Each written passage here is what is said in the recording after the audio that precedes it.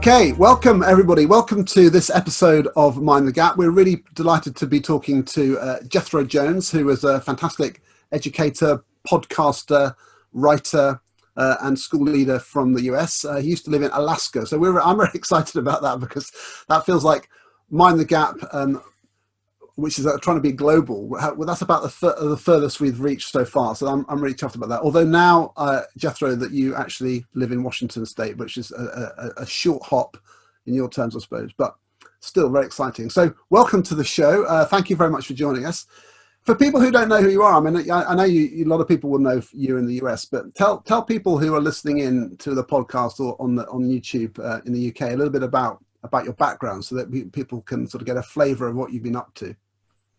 Yeah, so I am a former school principal. I was a school principal in kindergarten through 12th grade systems, including a homeschool program and a prison school program for incarcerated youth.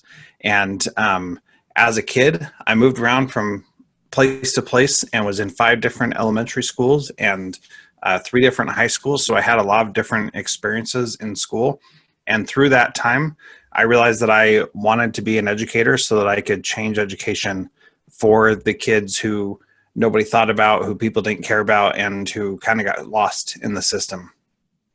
And so that's what I do now is school leaders redesign their schools to make them meet the needs of every kid who's there, not just the ones that school is designed for. Oh, do you know what?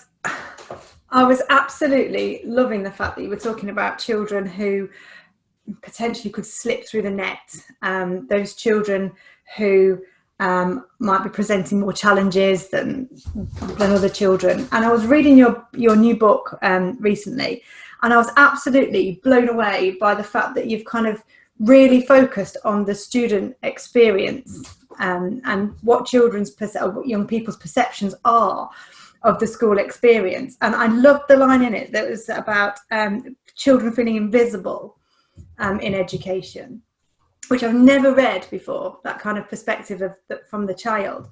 So my first question really is about if we feel like potentially children are a little bit invisible in our system, how do we make them visible in a more meaningful way, which I know you address beautifully in your book, but I would just love to hear it from you.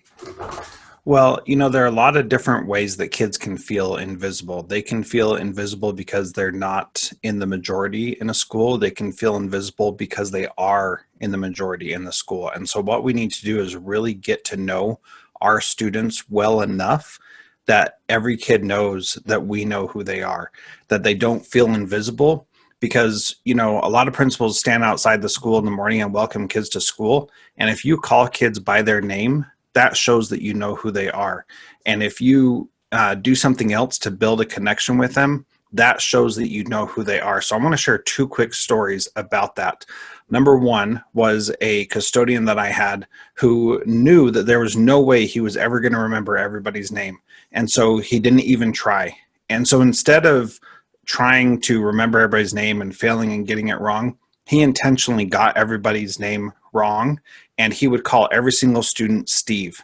And that was by design. And he'd say, "Hey, Steve, how are you?" And he would quiz them on memorizing their lunch numbers so they could put their lunch number into the thing to get their lunch each day. But he didn't know their names, and he would just call every kid Steve. And what was amazing about that is that he called every kid Steve, but they all felt like he knew who they were, and he would do other things to build connections with them. And so his name was not Steve, but all the kids called him Steve as well. And so when there was an issue or something happened or he helped someone, I would ask questions and say, "Well, what went on here?" And they would say, "Well, Steve told me to do this, and so I went and did that." And I would say, "Well, who's Steve?" And they're like, "The guy with the numbers and at lunch." And they knew that he knew who they were, even if he couldn't remember their name. So it's not all about getting their names right, but it's also about making sure that they feel like you know who they are. And that brings me to my second story. Had a wonderful student at my school who was a beautiful artist who just drew the most amazing things in the world. But this girl absolutely hated school, and I was pretty sure she hated me. I would try to talk to her. She would never open up to me. She would never say anything to me. And for 2 full years, I could not get anything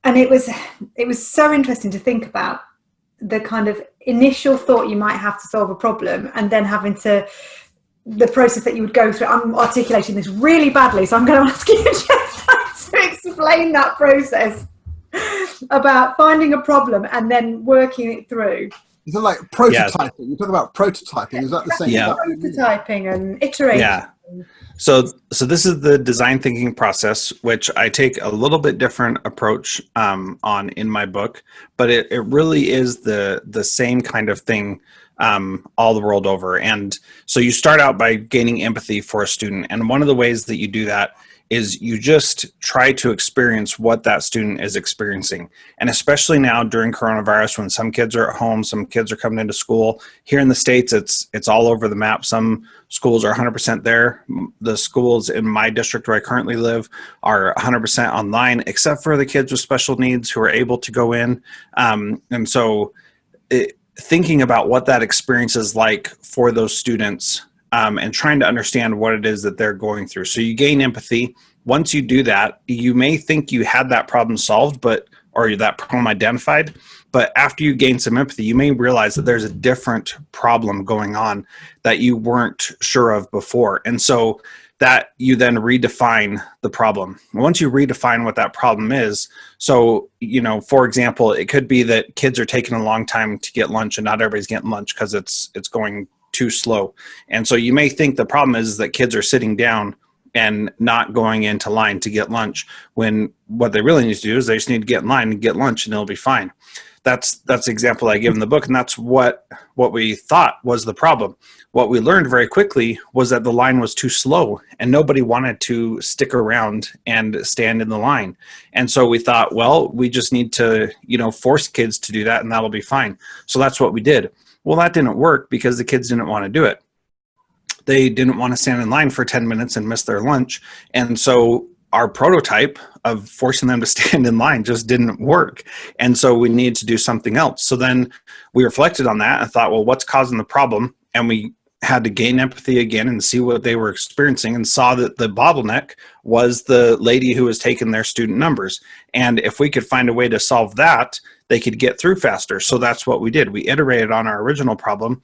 We still made kids line up first, but then we added another station for them to enter their numbers so kids could go through much faster.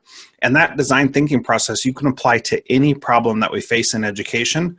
And when you empower your teachers to do that as well, then they can start solving problems on their own without it having to be an initiative or a new school policy or anything like that. They can just see a problem and start solving it. And what becomes really powerful is when you allow students to start doing that as well. The problems they see become possible to solve with them instead of you having to tell students how to do everything every day. I think I found it really interesting. In fact, so you've got this idea of design as a leadership paradigm. And actually, I'm really interested in that because it echoes something which I've written about myself actually in the past, about teachers being sort of curriculum designers. And design has a kind of special kind of sense, doesn't it? Where it has this sort of deliberate, intentional creativity where you test things out and then you adapt. And it's not sort of like wild creativity, but it's also not sort of super managerial. So in this sort of paradigm, what is for you the key difference between a leader and a designer? Yeah, I think there are three different roles that principals can take, or heads of school leaders, however you want to call it, where you can be a manager, which means I make sure that the school doesn't burn down and that every kid gets home safely. And that's a manager. You're just running around putting out fires all the time. I think that a leader is someone who has a vision and tries to help people see that vision and get to that point where they are fulfilling that vision. And I think that the designer takes it one step further, where they change the school and redesign it in a way to make it better for the kids that are in front of them, for the teachers that are in front of them, and for themselves by intentional design, by saying, we're going to do what's right because it's the right thing to do, and it's going to be better for everybody, not just more convenient for us as teachers, not just more convenient for us for me as the principal, or not just more convenient for the kids who are already doing well, but really trying to find a way to make it better for everyone and not just a specific group of people. So for you, it's like, I wasn't sure whether you were saying like sometimes you lead and sometimes you like get into a design stage. Are you sort of saying that design is almost like embodies the managerial and the leader, and it's kind of like it's a whole other level? Yeah, that's absolutely it, because it's about more than just managing or just leading. It's about adapting and changing. And you can't say, okay, today I'm going to redesign how our school works. It needs to be a philosophy that goes through everything that you do. And it starts with the reason I think most of us got into education, which is because we wanted to make an impact on kids and we wanted to help them become amazing adults. And so if you start there, which most educators do, then you can pretty quickly get to a point where you can see where you're not doing that and start making adjustments to be able to do that more often and in a better way through that design thinking process. I really like the chapter that kind of links to this about your defining your mission and your vision. And you've got those sections where people have got these enormously long, convoluted intentions and grandiose plans. So can you just explain that chapter, kind of précis that chapter? Because I was giggling along as I was kind of reading it on the exercise bike, thinking, oh, I have read so many of those. I really have. Yeah. So, I always have to look up what mission statements are for schools and districts because I can never memorize them. And that has always been a problem for me. And so here is one from Fairbanks North Starborough School District, where I just was. It says, our mission is to provide an excellent, equitable education and a safe, supportive environment so all students will succeed and contribute to a diverse and changing society. And that's all well and good, but what does that actually mean? When it comes down to it, what does that really mean? So another one from another district in Alaska where I worked was, in close cooperation with our diverse island community, we exist to provide an educational program of the highest standard that empowers all students to achieve personal and academic excellence while developing their full potential as responsible, productive citizens. And that just becomes a mouthful. And so how do you decide what you're going to do and make it align with that? So I developed something different for myself. So for my personal vision, whenever I'm in a school, leading a school, working with teachers, is to give learners what they need when they need it. And so that could look different, but it's really easy to make a determination about what you should do. Does someone need it? If yes, then you should give it. Does someone not need it? Nope, they don't. Then you shouldn't give it. And so that goes down to everything, even as small as whether or not a teacher should give a student the right answer on a test or on a question, or should she solve the problem for them. In some situations, as a teacher, you do need to give that right answer to the kids so they can just move on with their life.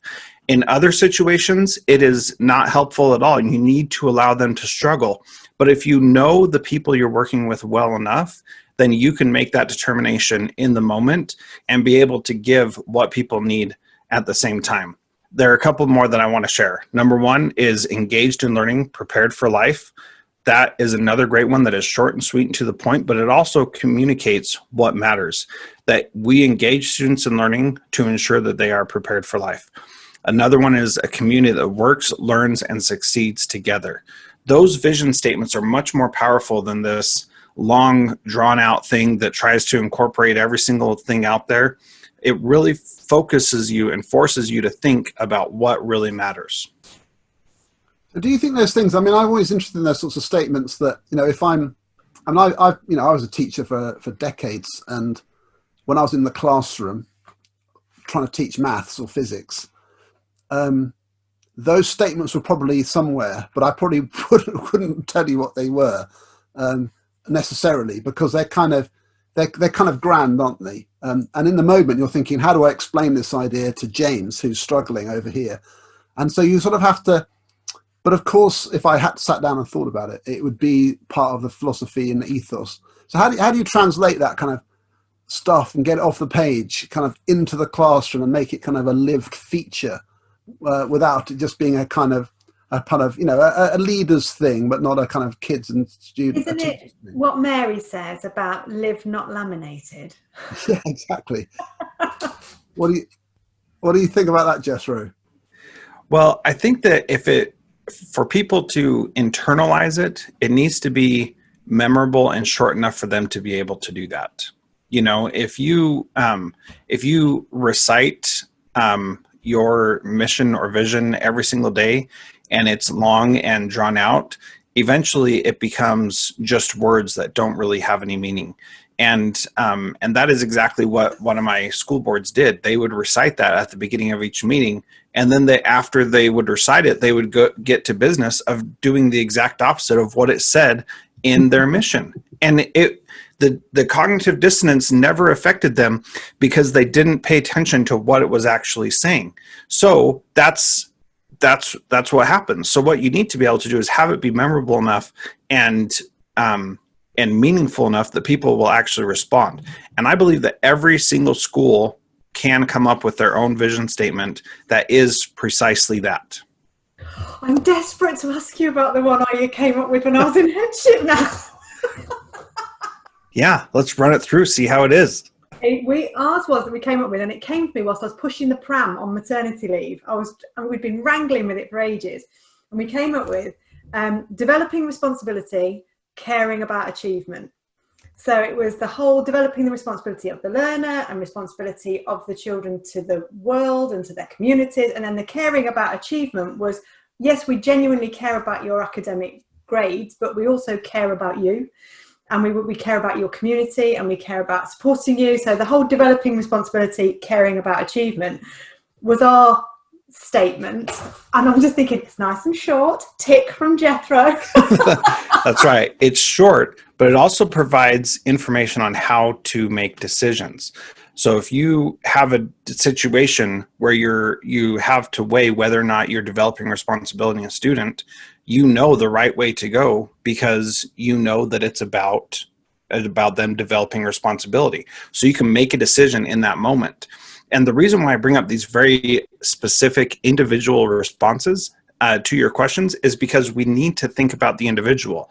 That part doesn't scale well if you have a vision statement like that, make sure that every single person is named in some way in that mission statement. Because when it means something, when it means everything to everyone, then it really means nothing. It's just like grades. When grades can mean everything to every different class that they're in, then they really mean nothing, and there's no point to having them. So when you can use your vision to help you make decisions, then that vision is going to help you develop responsibility in kids, and it's going to remind them that they need to achieve. And as teachers and students and everybody makes these decisions, they're going to reflect on that vision and see how it ties in with that.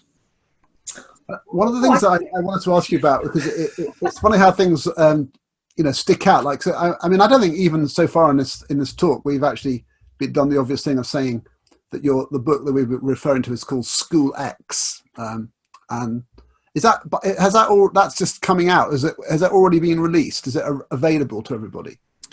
Yes, that's been released. You can get the free chapter at schoolx.me to get the free chapter of that. And really it is about combining the school experience with the field of user design or user interaction, which designers use to make our iPhones and Android phones something that we want to be on all the time.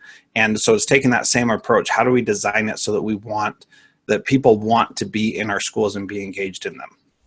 Okay, so it's good. I mean, it's super practical. I love the whole frame of leaders, teachers, students, and then you've got this community, parents thing at the end. So it's nicely structured. But you tell this sort of story at the beginning about a principal talking about, it's kind of got a geographical aspect, and you're looking at some water and a body of water, and then over there there's a kind of calm water, and you're kind of aiming for that. Now, the reason that struck me was because one of the things that I read about when I was doing an MA in school leadership, a master's degree, which I never finished actually, but I learned a lot, was this idea. It's by a guy called Vail, who talks about permanent white water. And I was thinking, that's interesting. So for me, I've always used that analogy that schools are really, there is no calm. Like, you never get to that bit. It's always a distant dream because you're always in the rapids. It's like it's never ending. And you have to learn to live with permanent change rather than thinking, we'll get through this change and then there'll be the calm bit over there. So, I mean, does that resonate with you? What do you think? And is it a sort of pipe dream to reach the calm waters? Yeah. So the calm waters in my mind is the vision that you're trying to achieve, which you can recognize that you're probably not going to ever get there in education because, like you said, change is constant and things are always going to be different. You're going to have different kids in your school and different teachers, and people are going to turn over and that kind of stuff. So the vision of, what is needed when it's needed, or developing responsibility and caring about achievement. Did I get that right, Emma? Okay, good. All right. So see, that's how good that is, Emma, because I could recite it after just listening to it once. Boom is right. So that vision is that calm water at the end. And if you can have your focus on that vision of where you want to be and what you want it to look like, you can recognize that it's still going to be rough water getting there, and it's probably going to be rough water for a long time. But once you achieve your vision, the rough water actually feels more calm because you're doing the right kinds of things. And that's what's so empowering about it, is that you don't have to have everything done perfectly or everything figured out just how it should be.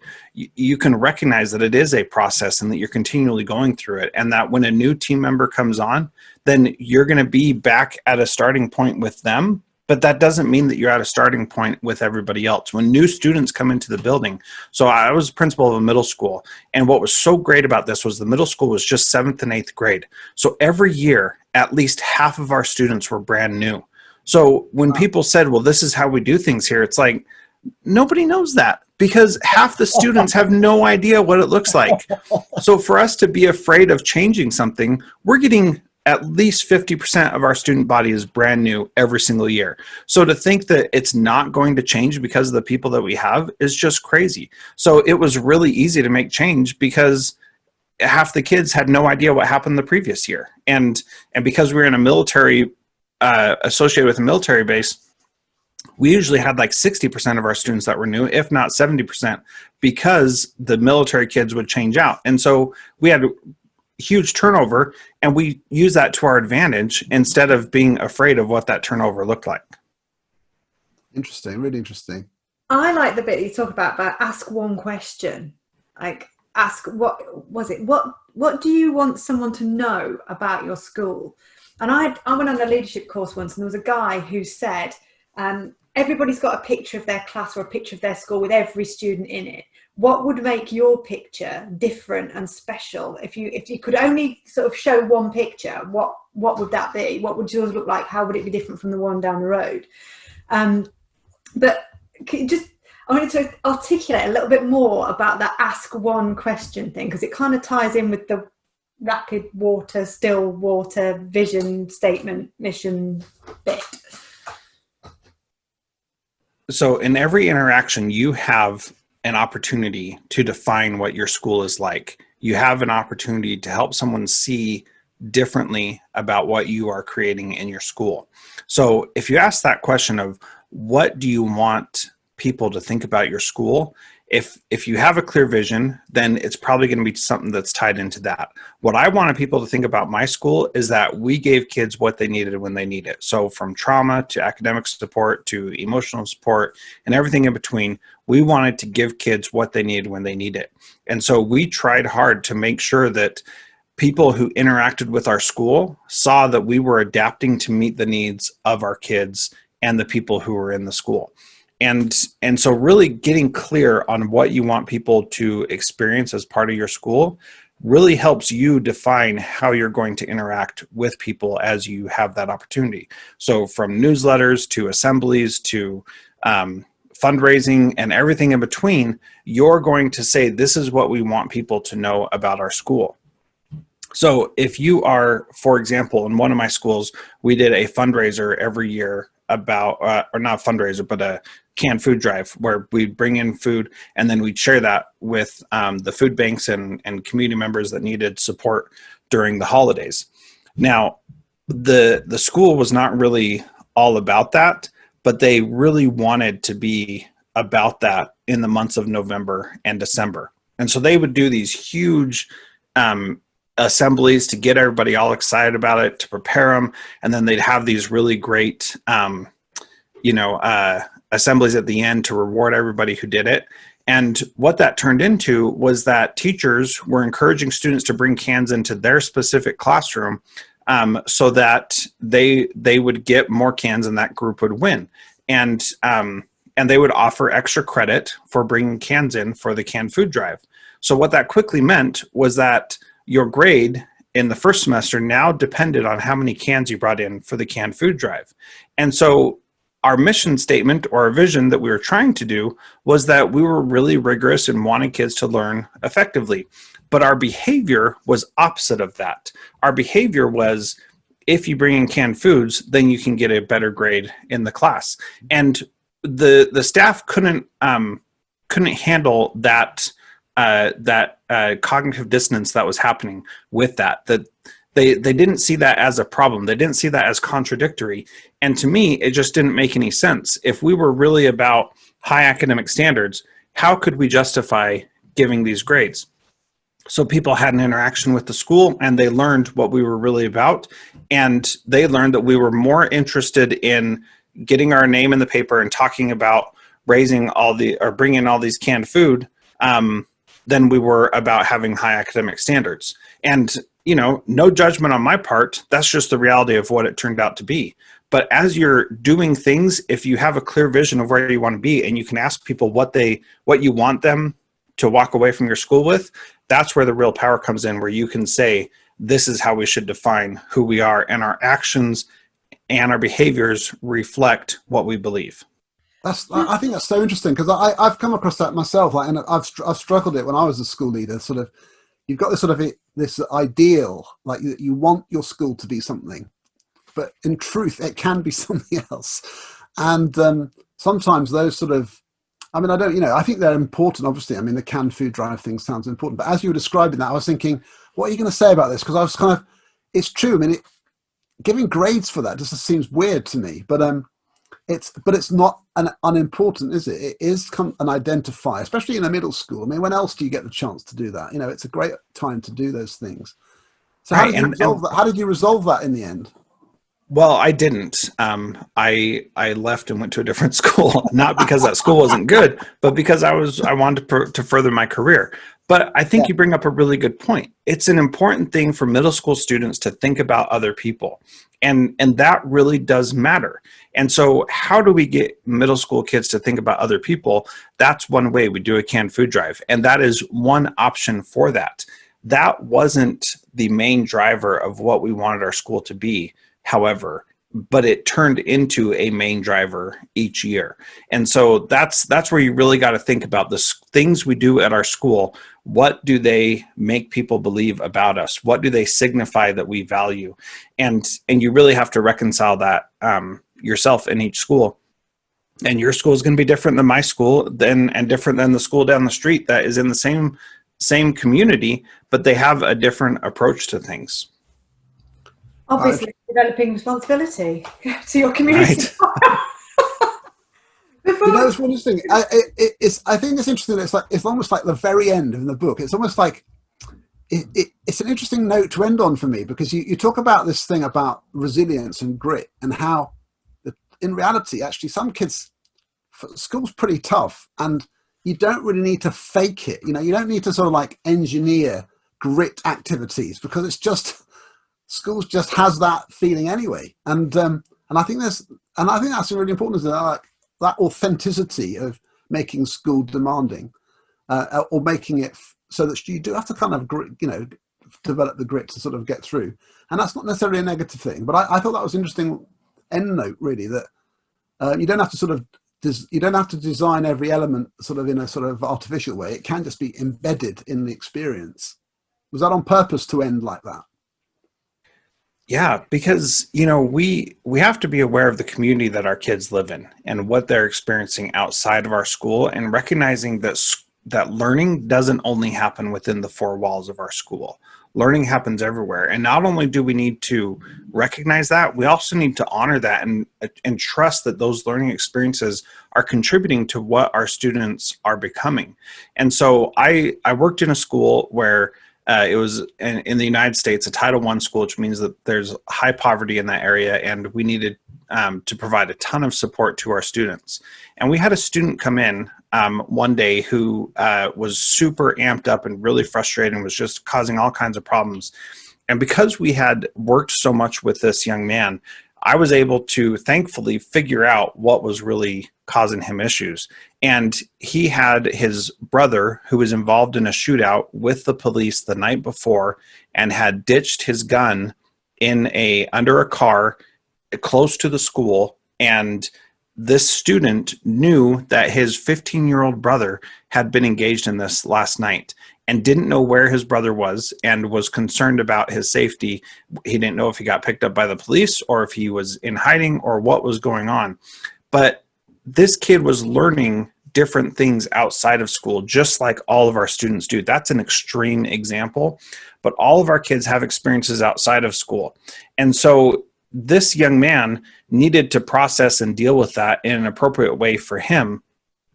And we needed to give him the time and space to do that. He's not going to come in after that experience and sit down and get to work on, learning about the history of the state 200 years ago. That's just not going to mean anything to him.